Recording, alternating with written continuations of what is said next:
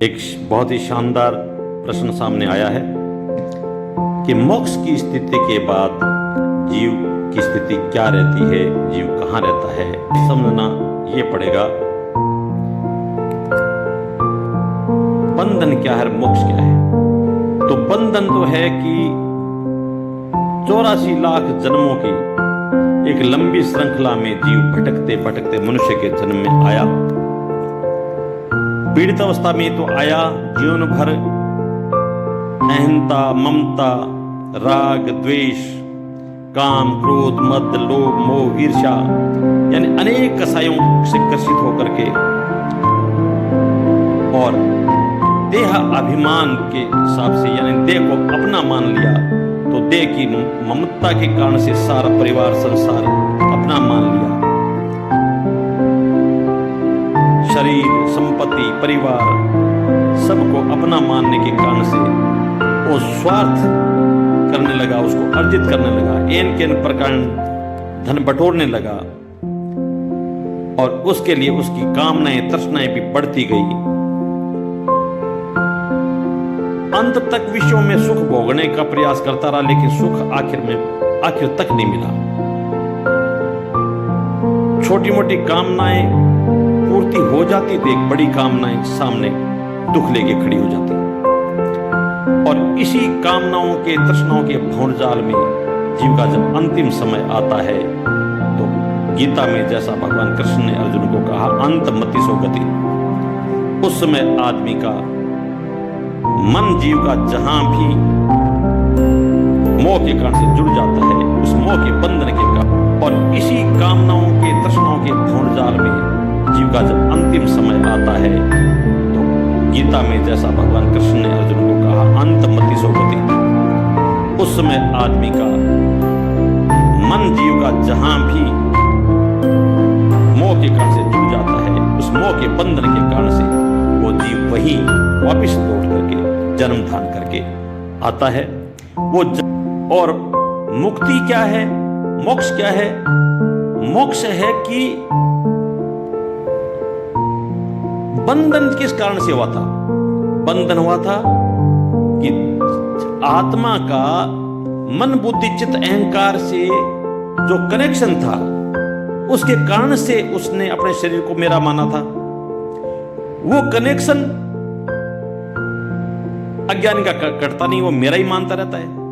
लेकिन ज्ञानी को आत्मज्ञान के जरिए सदगुरु की कृपा से जब आत्मबोध होता है तो वो इस बात को समझ जाता है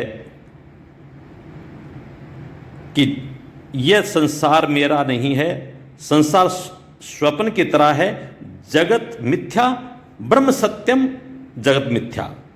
यानी ब्रह्म है वो सत्य है, आत्मा अमर है और जगत मिथ्या है। अब मैं इसको समझाने के लिए देना चाहता हूं कि जागृत, स्वप्न, सुषुप्ति, ताकि आपको समझ में आ जाएगा अच्छी तरह से। जागृत, स्वप्न, सुषुप्ति 3 बुद्धि की अवस्थाएं हैं। तो जागृत अवस्था के अंदर मन विषयों के संपर्क में रहता है इंद्रियों के मार्फत, तो इसका भोग भोगता है तो सुख दुख महसूस करता है। सपने में भी वो सुख दुख महसूस कर रहा है, शरीर सो रहा है लेकिन नया ही मन ने नया संसार खड़ा कर लिया, उसमें भी सुखी दुखी हो रहा है, क्योंकि दोनों में मन और बुद्धि जागृत अवस्था के अंदर भी है, संपर्क में है और उस स्वप्न की अवस्था के अंदर भी, उस मायावी यानी उस स्वप्न में भी सुख, बाकी सब मिथ्या है, नकली है, लेकिन सुख और दुख वास्तव में जैसे जागृत अवस्था में महसूस करता है वैसे ही सुखी दुखी सपने में भी होता है। क्यों? क्योंकि तब तक भी आत्मा का कनेक्शन मन और बुद्धि से है। लेकिन एक अवस्था दोस्तों ऐसी आती है, सुषुप्ति, गहरी नींद की अवस्था, जिसको सुषुप्ति कहते हैं। गहरी नींद की अवस्था के अंदर जब आत्मा के अंदर मन और बुद्धि दोनों लीन हो जाते हैं, सो जाते हैं। जब सो जाते हैं तो वो अपना धर्म नहीं निभाते, न तो मन अपना संकल्प विकल्प का धर्म निभाता और न बुद्धि उसके अंदर निश्चय करने का संकल्प निभाती, और दोनों कि लीन होने के कारण से आत्मा के अंदर, यह समझो कि जो मन और बुद्धि की एक लहर थी, लहर मानिए समुद्र में जैसे लहर चल रही थी, तब तक हलचल थी, लेकिन जैसे ही लहर शांत हुई तो समुद्र बिल्कुल शांत हो गया। तो उसी प्रकार से आत्मा में लीन होने के कारण से कोई सुख दुख नहीं। इसका मतलब सुख दुख मन ने खड़ा कर रखा था, सुख दुख था नहीं, माना हुआ था, और वो सुसुप्ति अवस्था में गहरी नींद के अंदर शांत हो गया।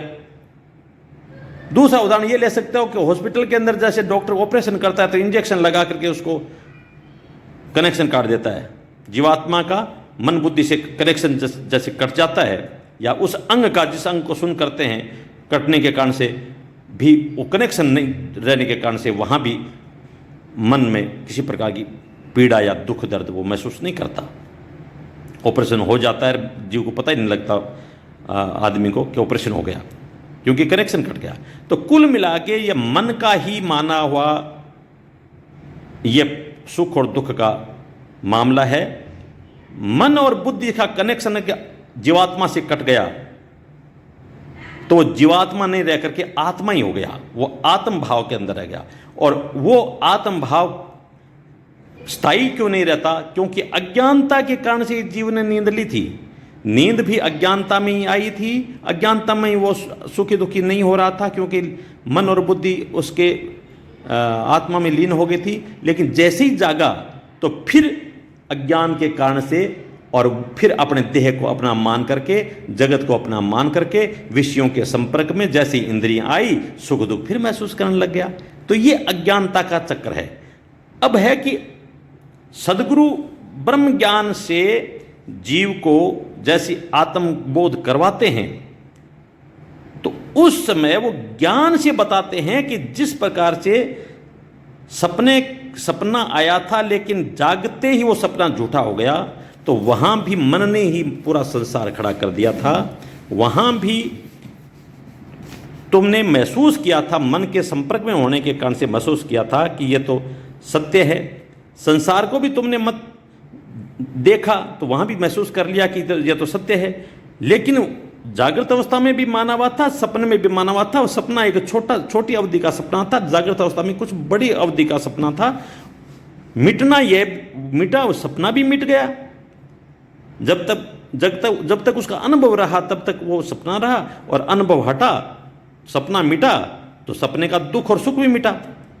तो उसी प्रकार से जागृत अवस्था के अंदर हम आ जाने के बाद में, जागृत अवस्था में भी जब आत्मबोध होता है तो यह संसार भी मिथ्या लगने लग जाता है, और यह जीव के अंदर दृढ़ विश्वास हो जाता है। वो सदगुरु के प्रति श्रद्धा और विश्वास हो जाता है, और उनके कहे हुए वचनों पर विश्वास हो जाता है कि यह जगत भी उसी प्रकार से डराता है जिस प्रकार से रात के अंधेरे में अगर कहीं रास्ते के अंदर रस्सी पड़ी है लेकिन रस्सी सांप जैसी नजर आती है, हमने मान लिया कि उसमें सांप है इसलिए भय खाते रहते हैं।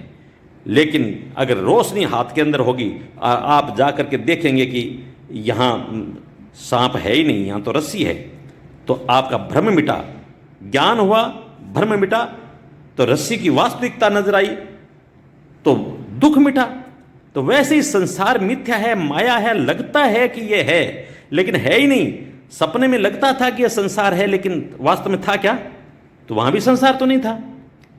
सपने में संसार नहीं था तो जैसा कैसा संसार, यानी ये ज्ञान से जब आत्मबोध हो जाता है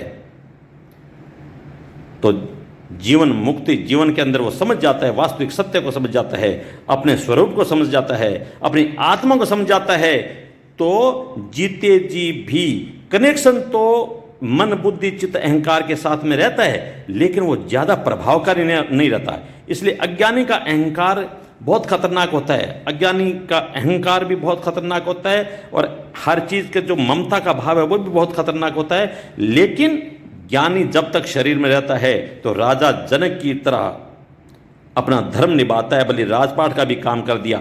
लेकिन जैसा अष्टावक्र गीता में कहा है कि महाराज आप इसको, जब आत्मबोध हो गया आपको, तो आप इस कामना में तो बह करके तो आप काम कर रहे होंगे। तब जनक ने बहुत शानदार उत्तर दिया कि कामना में बह करके नहीं करता, मैं देखता हूं कि प्रारब्ध कर्मों के अनुसार से अनुकूल और प्रतिकूल स्थिति मेरे सामने पैदा हो गई है, या कुछ कर्म जिस उद्देश्य से मेरा ये जीवन चल रहा है वो मेरा दायित्व निभाने के लिए मेरे सामने एक दायित्व खड़ा हो गया है, उस दायित्व को पूरा करना मेरा फर्ज है। मैं उसके प्रति लालसा, कामना, तृष्णा न रख करके, और जितना बन पड़ता है तत्काल उस समय जो विवेक मेरा काम करता है उसके मुताबिक मैं काम ये कर देता हूं, और उस चीज़ को मान लेता हूं कि ये विधि ने मेरे से अपने विधान के मुताबिक करा लिया, तो किसी प्रकार का दर्द नहीं। तो उसी प्रकार से आत्मज्ञानी संपर्क में जीते जी रहता है, अंतःकरण के टच में रहता है।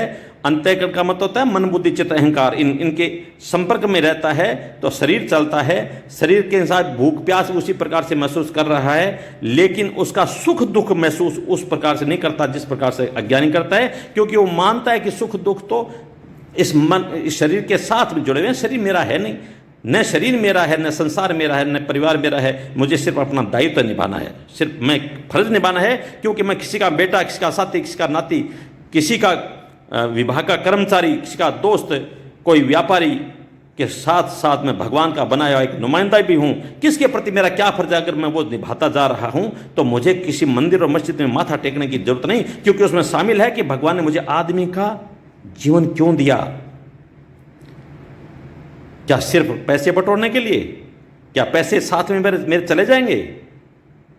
जीवन भर का माल इकट्ठा किया, बदकर्म किए, लेकिन माल तो आखिर में जब अंत समय आएगा तो जिसको माल कहते हैं, धन कहते हैं, वो झूठा धन तो संसार में रह जाएगा, और जो बदकर्म जो किए उस बदकर्मों के कारण से 84 लाख जन्मों की पीड़ा हम फिर भुगतने के लिए मजबूर हो जाएंगे।